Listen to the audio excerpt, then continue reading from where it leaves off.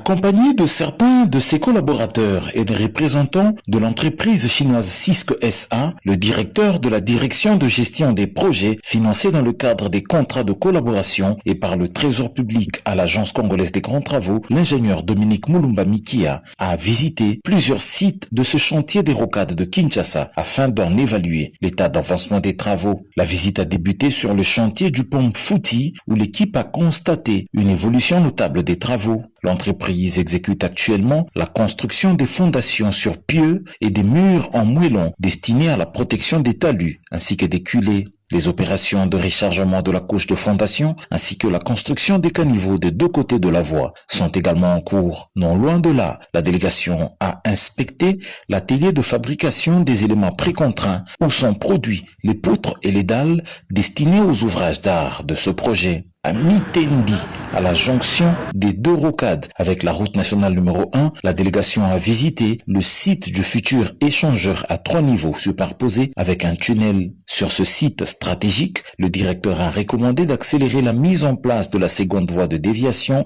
afin de permettre la poursuite des travaux tout en faisant pression sur la Régie des eaux et la SNEL de délocaliser leurs réseaux respectifs. Il a également instruit les équipes sur terrain d'identifier les parcelles isolées freinant l'avancement des travaux. À ce jour, l'entreprise exécute les travaux de construction des murs de soutènement, ceux du collecteur, ainsi que le remblayage derrière les murs. Au pont Djili, sur la rocade sud-est, la délégation a salué l'avancement des travaux. Ici, les équipes procèdent actuellement au ferraillage des piles, à la mise en place des armatures des poutres chevêtres et au bétonnage des piles. Ces étapes marquent une phase cruciale dans la progression de la structure. La mission s'est achevée par la visite du site érosif du quartier Bouma, une zone particulièrement vulnérable affectée par une érosion qui est en cours de traitement. Ici, les ingénieurs ont constaté la mise en place d'une importante quantité de remblais d'emprunt destinés à recouvrir et stabiliser la partie érodée. Selon l'entreprise exécutant les travaux, cette opération vise à consolider le terrain, prévenir toute reprise du phénomène érosif et assurer la durabilité des infrastructures routières qui y seront construites.